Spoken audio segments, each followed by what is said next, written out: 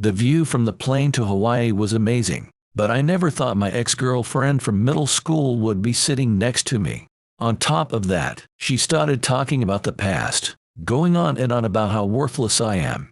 Without me asking, she talked about her happy life, being married to a rich man, and how much she's needed by her husband.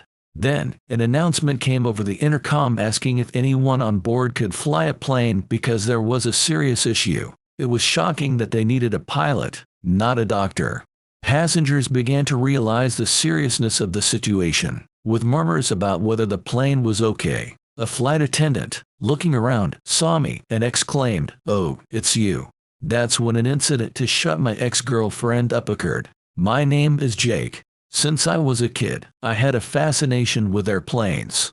I loved anything that could fly, and watching birds and insects soar in the sky always looked beautiful and cool.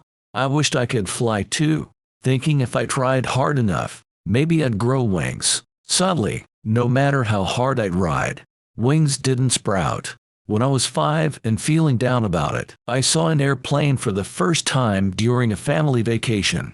It left such an impression that it became a symbol of freedom for me. My affection shifted from cars and trains to airplanes. I became a boy who deeply loved airplanes, memorizing names of aircraft and airlines. My parents, seeing my passion, would drive me to the airport every week. Naturally, my dream was to become a pilot. I wanted to control an airplane and fly in the skies. It was the first dream I ever had. Even now, I think it's a bit unusual for a kid to have such a realistic dream. My dad would say, to become a pilot, you have to study hard, and I was a bright student for my age. I felt that studying was a small price to pay if it meant flying a plane someday. Moreover, when my dad mentioned that if you have cavities, you can't become a pilot, I brushed my teeth harder than anyone else. I got so good at it that I thought I could have become a dental hygienist. However, that's not true for all pilots. Only those flying certain fighter jets can have cavities because of the effects of air pressure. If someone said you need to be physically fit to be a pilot, I'd focus on weight training and exercise. My childhood was more about planes than playing around. Once I reached middle school, I started seriously thinking about becoming a pilot. I believed that without attending a reputable high school or college, I wouldn't be able to fly an airplane. So, I continued to work hard in both my studies and physical activities. During middle school, I also cared about friendships. I made an effort to get along with everyone, trying not to make unnecessary enemies. I avoided people who brought unnecessary stress and aimed to connect with as many people as possible, absorbing everything I could. Though it's a bit embarrassing to say, I was relatively popular among girls. I got attention from girls more frequently, but I wasn't studying or exercising to be popular. Amidst all this, a girl named Susan confessed her feelings and wanted to date me. She was the most beautiful girl in our grade, popular among both students and teachers. Being approached by her made me over the moon, and I couldn't find a reason to refuse her. I said yes without thinking. It was my first time dating a girl, and I had no idea that Susan would be so much trouble. She became upset whenever I talked to someone, whether male or female, whom she didn't know. I often bought her something just to improve her mood. She demanded things like deleting contacts of girls from my phone and expected immediate replies to her texts. She was incredibly self-centered and seldom thought of others. Out of the blue, she'd say things like, "I want you to be my ideal boyfriend," cutting into my study and exercise time. She insisted, "You should spend every weekend just for me, and you're paying for our dates." Of course, such demands were too much for a middle school student, and over time, being with Susan felt increasingly suffocating. One summer during middle school, my father tragically passed away in an accident. Losing my dad, who looked forward to and had high hopes for my future more than anyone else, was really tough for me. In middle school, I often saw my mom, once vibrant and full of life, look worn out and lifeless. I wanted to cheer her up, but my own feelings overwhelmed me, and I couldn't offer much help. Our family was deeply sad after losing our beloved father, a man we all admired. Each one of us had to work harder to live our lives. My mom, who used to stay at home, started working outside. This meant she couldn't take care of my younger brother anymore, so I stepped in. Naturally, this meant less time for studying and sports, but it was a necessary sacrifice. It wasn't hard if it was for the sake of the family. Of course, the time I cut back wasn't just limited to that. I also reduced the time I spent with Susan. When I explained my family's situation, she asked me, "Why haven't you been in touch?" When I told her about my mom working and taking care of my brother, she retorted, "So what if your mom's working? That's fine, and you don't need to take care of your younger brother. She can do that when she gets back from work." I couldn't believe my ears. I was horrified that she could act so unkindly for a family grieving the loss of a father just because she felt neglected by me. I told her I don't need a girlfriend who can show compassion during such tough times, and broke up with Susan. I didn't want my mental stability jeopardized by her anymore. Later at school, the story twisted into Susan dumping me. On top of that, she spread rumors and bad-mouthed me to everyone. I saw her true colors, but honestly, with everything going on, I just felt indifferent. To help my family a little, I thought about skipping high school and getting a job. My mom was against it, but after some persuasion, she tearfully gave her permission. All I could really do was physical work and study, so I thought about finding a job that would use those skills. On graduation day, Susan somehow found out I wasn't going to high school, teased me about it, and said, "You're not going to high school.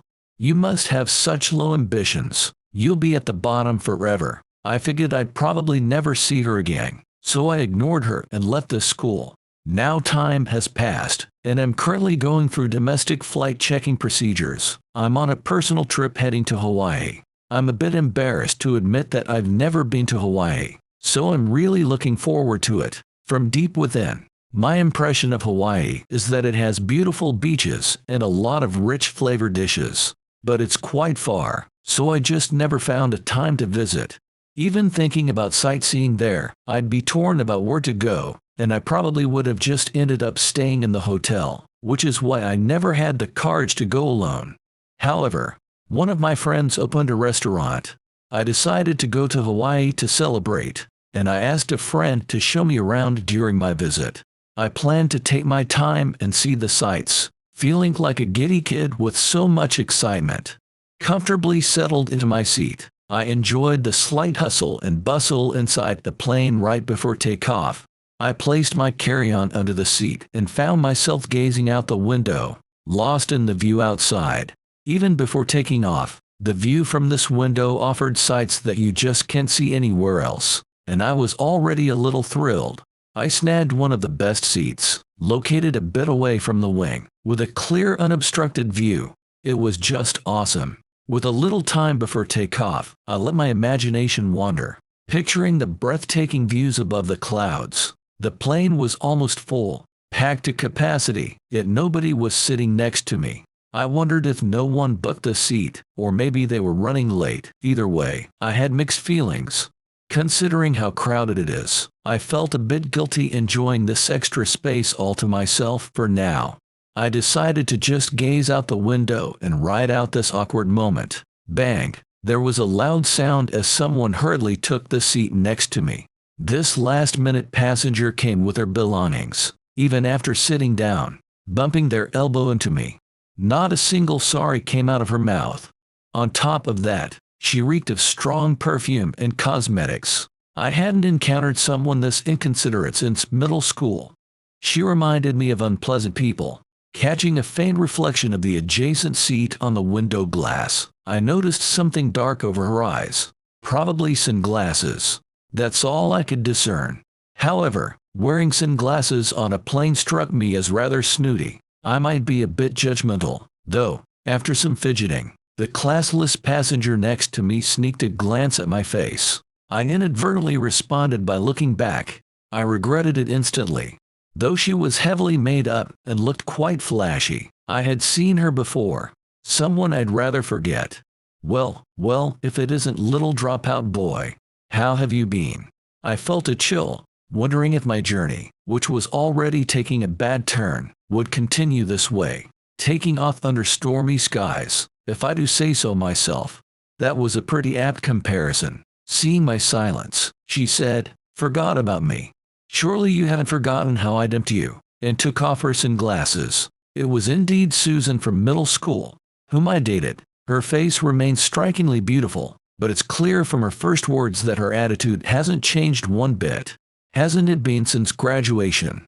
Long time no see. Never thought I ran into you, of all places, flying in planes. For a dropout like you, how bold. Or maybe you're off to join a tuna fishing boat. Looks like her attitude is unchanged. Good to see she's well. Susan. Ever the chatterbox with her sarcastic remarks, she's so adept at belittling people that it seems she forgets to breathe, firing off insults at me one after another. Truly a piece of work, that woman. I simply replied, "Just a vacation," and focused on the view outside, wanting to minimize any further interaction with her. The plane seemed ready for takeoff and began to slowly move. I was looking forward to a pleasant flight, but now it feels like I'm plunging straight into hell because of one seatmate. I'd rather be peacefully asleep on the wing at this point. Susan seemed offended by my cold demeanor. After an audible tisk, she started rattling off things to work me about how awful I was as a boyfriend, how her high school boyfriend was way more handsome, how the time with me was a waste. She bombarded me with comments that begged for a response.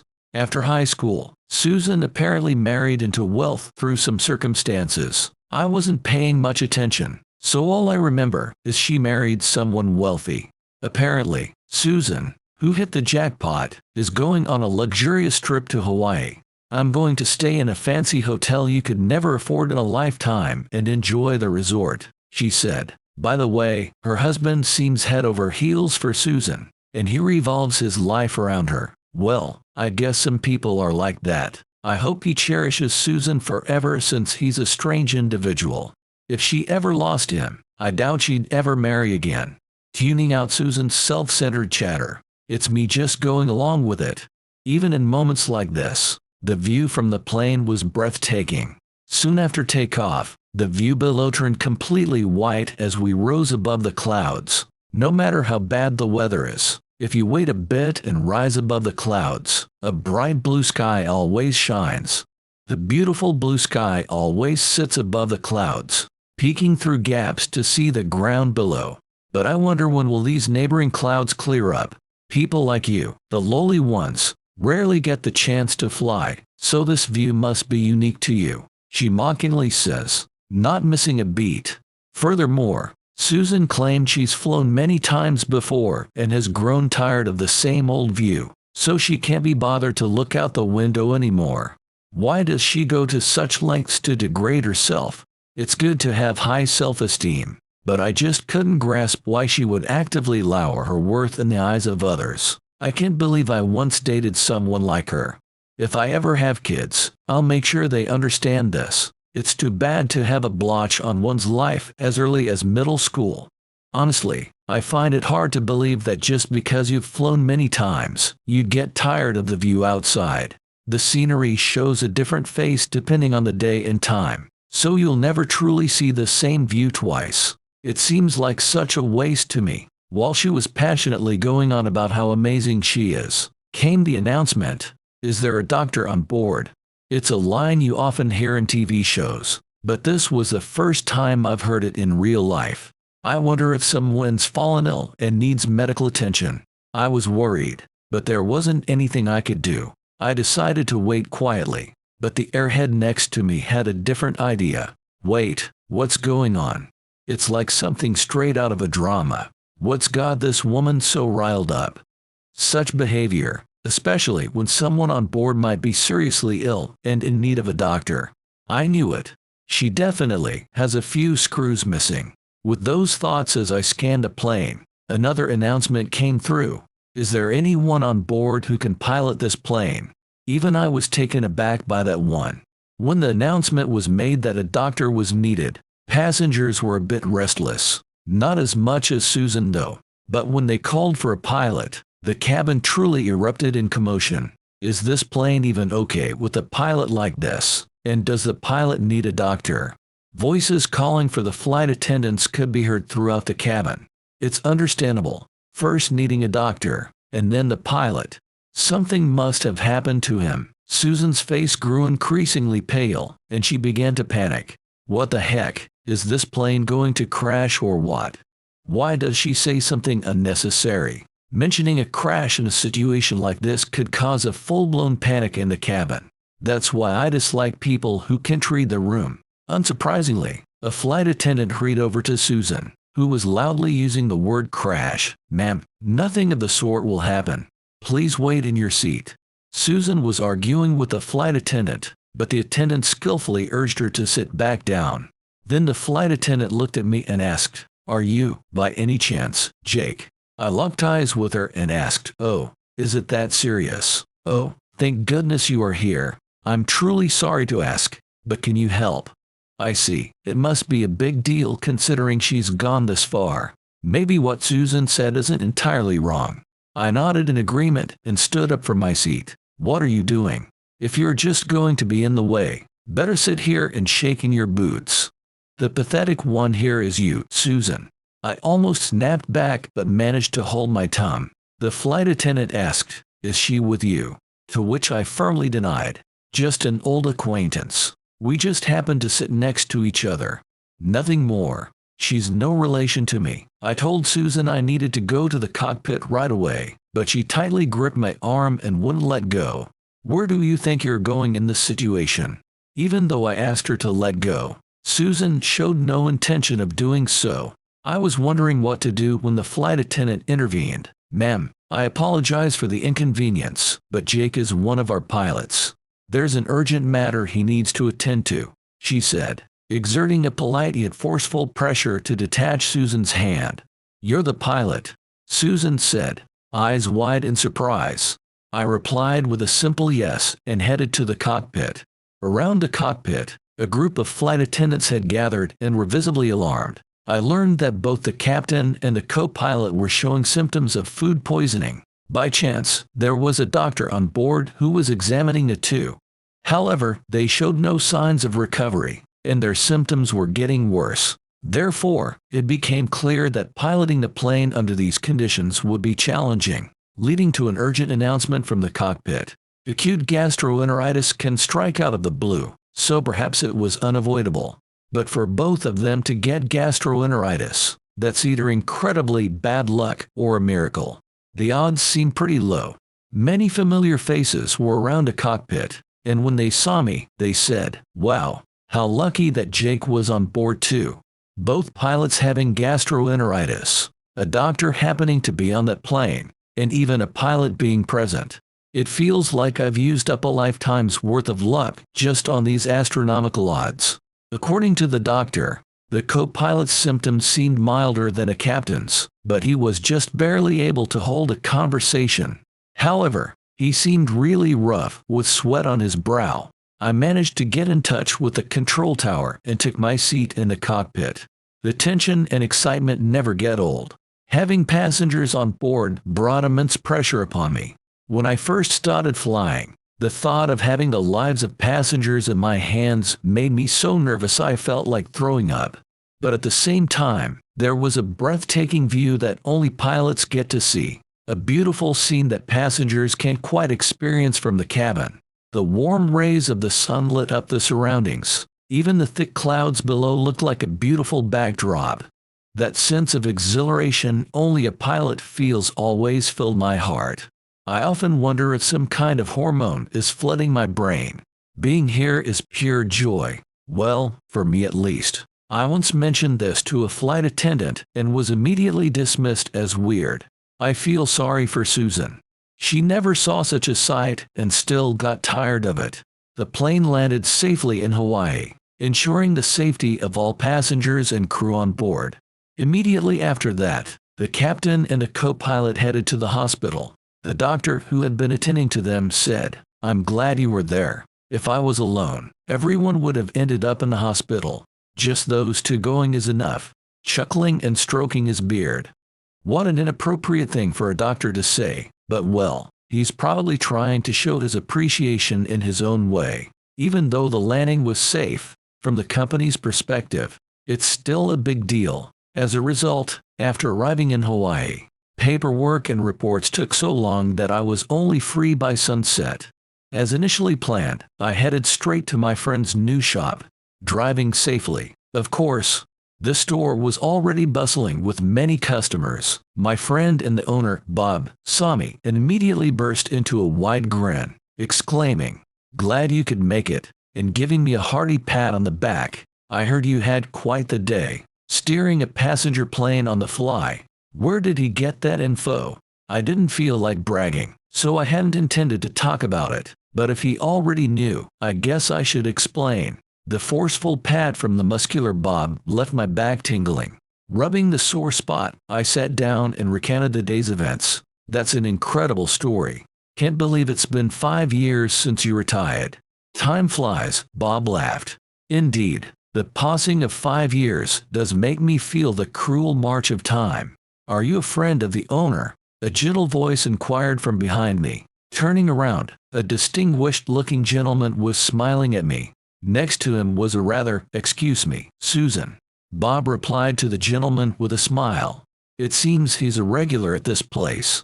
He was my buddy back in the service days. This guy was top-notch, you know.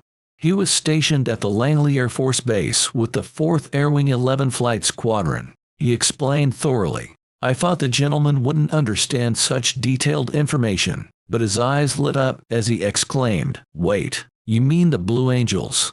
Turns out he had once dreamed of becoming a pilot.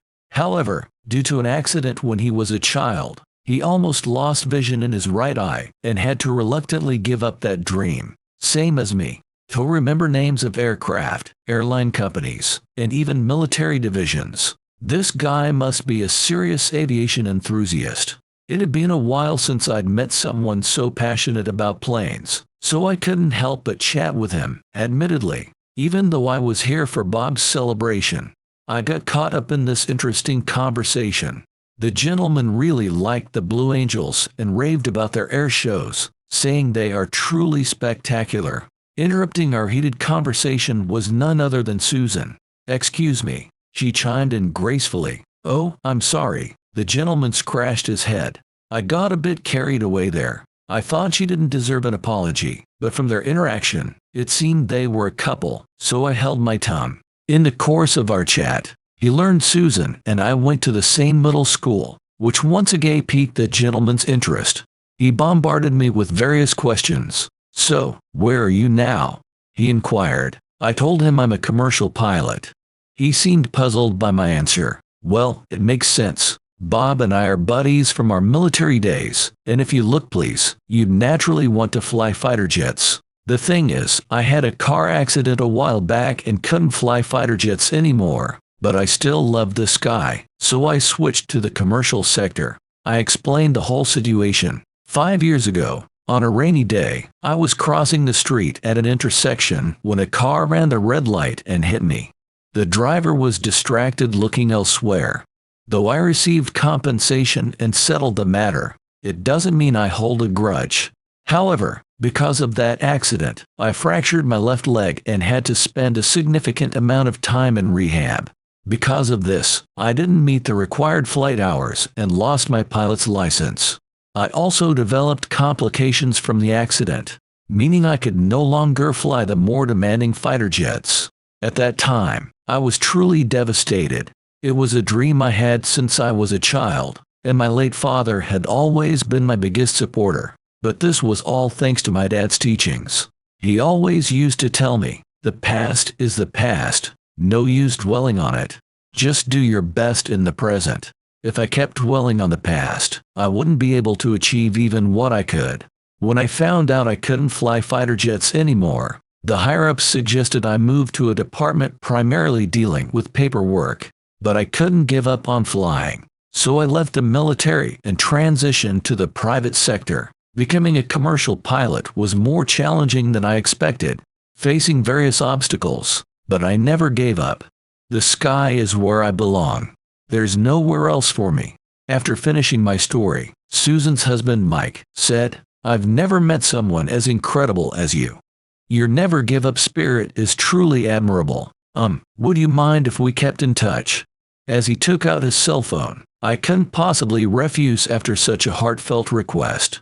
Plus, being praised felt pretty good, not going to lie. After that, we continued to talk about planes, engrossed in our conversation. Throughout that time, Susan looked down, appearing rather diminished. Susan's husband introduced himself as Mike. He owns several properties in resort areas like Hawaii, and was a well-known wealthy man in that realm. It seems that what Susan told me on the plane about marrying into wealth wasn't a lie, honestly. I was quite skeptical of Mike, even after our meeting in Hawaii. He kept in touch quite frequently, and was a straightforward kind of guy. He had a stickler for details kind of attitude, didn't tolerate any wrongdoing, and seemed to be trusted by many. That such a man chose Susan as a life partner made me wonder if she had somehow tricked him. Then, I received a message on my phone from Susan. "Please never tell my husband that we dated in the past. Don't jeopardize my happiness," it read. For my part, I had no desire to have any more involvement with Susan, but considering Mike, maybe it would be best to spill the beans. It's quite a dilemma. However, Susan probably has some awareness that she wasn't entirely honest with me back then. I doubt her character changed just because of that plane incident, but she likely played her cards right to marry into money. If she went to those lengths, I guess I shouldn't be the one to ruin it, although it's quite comical when I think about it, to be honest. Even if I don't tell Mike about Susan's true nature, sooner or later, he'll see her for who she really is. Until then, I hope he enjoys the happiness he has. I replied with a simple understood. After that, I received no further messages from her. It seems Susan will continue to hide her past from her husband. In other words, she probably can't live any other way now.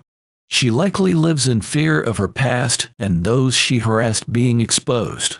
That's the responsibility and consequence of her past actions. Some time had passed since I traveled to Hawaii. I happened to bump into Mike at the airport, but the Mike I saw there looked considerably thinner and appeared quite worn out. When I spoke to him, he said that he and his wife Susan had divorced some time after the incident in Hawaii. A friend of Susan's visited their home due to work commitments. Mike was at home, thinking not to disturb the two. He was working on his computer in a room next to the guest room. The visiting friend was from Susan's middle school days, and they spoke so loudly that Mike couldn't help but overhear. In between crude laughter, they mentioned people, probably classmates from middle school, using derogatory nicknames. It turned out I was one of the people Susan and her friend were laughing about, making crude comments about men with money being the best. Mike lost his temper. He stormed out of his study and yelled at them to get out right now. He tossed both Susan and her friend out of the house and didn't let them in that day. Later, he found out that Susan had been spending their savings without permission and wasting money. When confronted, Susan retorted that he was stingy for a rich man. Initially, Mike felt that if she changed, they could try again, but Susan just said things like, "I never thought you'd be so tight-fisted, and I'm embarrassed not to have designer things." Hearing that, I wasn't very surprised at all. The more Susan badgered Mike, the further his heart drifted away from her. Mike ran out of patience and brought up divorce. Interestingly, her attitude changed drastically. She began saying things like she didn't want to split, and that it was just a play on words. Did she think he wouldn't consider divorce? Up to this point, it seemed her mind was really only focused on herself. When Mike threatened to take her to court with a lawyer because of her persistence, she reluctantly signed the divorce papers. They continued to have disputes over the division of assets, but Mike said they finally settled everything recently. Mike sighed, saying, "I thought she was a wonderful woman, but I never expected her true nature to be like that." I wholeheartedly agreed. It's not about appearances. While it's understandable for good-looking people to be popular when young, as adults, being with someone whose personality doesn't mesh becomes a pain, regardless of their looks. After divorcing Mike, Susan went back to her hometown and is now living with her parents. Being a stay-at-home wife before, she's having difficulty finding work, and she's living modestly. especially since she's being asked to pay back the money she squandered. What goes around comes around. I believe it's not just with Mike. Throughout her life, she seemed to have looked down on others, and now it seems all that karma is coming back to her. After hearing Mike's story at the airport, I bid him farewell. As I left the airport, I looked up at the sky. Unfortunately, it was overcast, but I knew above the gloomy, overcast sky, the clear blue stretches on endlessly. I believe that the view from the cockpit is a privilege reserved for pilots. If Susan could be moved by such scenes, I think she might finally find her humanity. There are many challenges in continuing a pilot's career, but feeling motivated by the beauty of that view makes the effort worthwhile. Today, I'm determined to keep pushing forward, to witness more beautiful vistas and ensure the safety of my passengers.